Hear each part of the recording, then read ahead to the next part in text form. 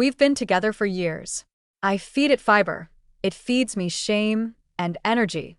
I remember the early days when I naively thought digestion was a simple, predictable process. Eat, absorb, excrete, move on. But methane and we quickly developed a complicated, codependent relationship. At first, it was subtle. A little bloating here, a whisper of gas there. I thought it was normal, part of life, an occasional hiccup of metabolism. But soon it became clear. Methane doesn't play fair. It's efficient, ruthless, and entirely self-interested. While I tried to diet, exercise, and manage calories, methane was quietly turning fiber into fuel, slowing my transit and leaving me uncomfortably full, bloated, and, frankly, humiliated. The betrayal runs deep. Fiber, once my trusted ally, became the enabler of methane's reign. Lentils, beans, oats, broccoli, kale, all innocent, healthy foods, all premium raw material for a microbial enterprise that could care less about my intentions. Each salad I proudly prepared, each smoothie I thought was a light choice, became a feast for my intestinal methane producers. They bulked up while I tried to slim down. They produced gas with unerring precision while I navigated social situations, silently praying for discretion. And every calorie they reclaimed from foods I thought were harmless? A punch in the gut, literal and figurative. A reminder that efficiency in the microbial world doesn't translate to human comfort or vanity. Our relationship is exhausting. Methane is demanding, unpredictable, and persistent. It doesn't respect schedules, intentions, or plans.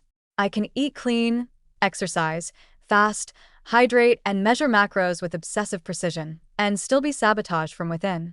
Fiber, prebiotics, resistant starches, things I thought would help me, are treated like luxury investments in methane's internal economy.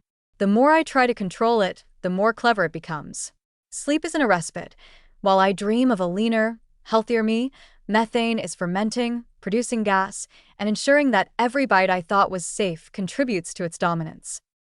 The social consequences are brutal. I have become hyper-aware of proximity, timing, and social context. Meals that should be relaxing, enjoyable, or even celebratory are exercises in strategy. Date nights, office lunches, family dinners, all potentially fraught with unpredictability.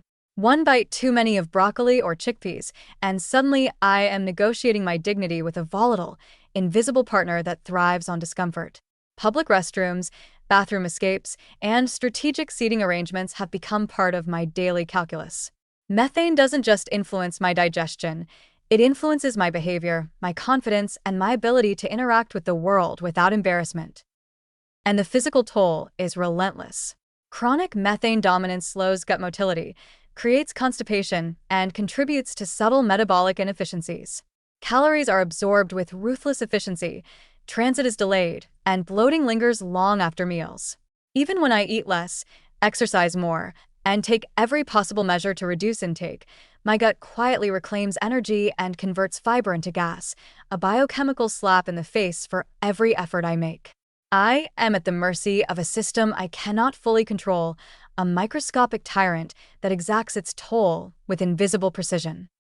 Attempts at therapy, low FODMAP diets, probiotics, digestive enzymes, intermittent fasting are a mixed bag. Some relief is possible, temporary, fragile. Methane is adaptive. It survives antibiotics, adjusts to dietary changes, and often rebounds with more ferocity after any perceived threat. Our relationship is cyclical. I try to impose control, it resists, I suffer, and then we resume the uneasy equilibrium, like a toxic partnership I can't quit. Every fiber-rich meal is a test of boundaries, every bite a negotiation, every week a fragile truce that could collapse with one innocent bean. The humor in all this is dark, but unavoidable. Methane has forced me to reconcile with the absurdity of human biology.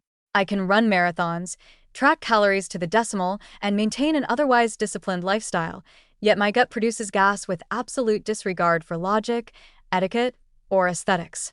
I have learned the hard way that dietary virtue does not guarantee comfort, that health trends can empower internal chaos, and that microbial efficiency can make human discipline look laughably inadequate.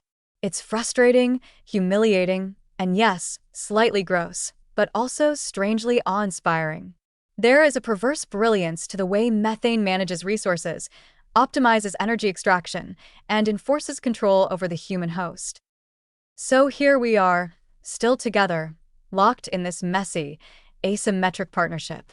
I feed it fiber. It feeds me calories, gas, and occasional shame. I try to set boundaries, but methane ignores them. I attempt control, but it always finds a loophole. Every meal is a negotiation, every social interaction a potential minefield, and every day a reminder that my metabolism is not entirely mine to command. It's a partnership defined by persistence, cunning, and relentless biochemical strategy. And though it may frustrate me, embarrass me, and occasionally make me question my life choices, I can't quit it.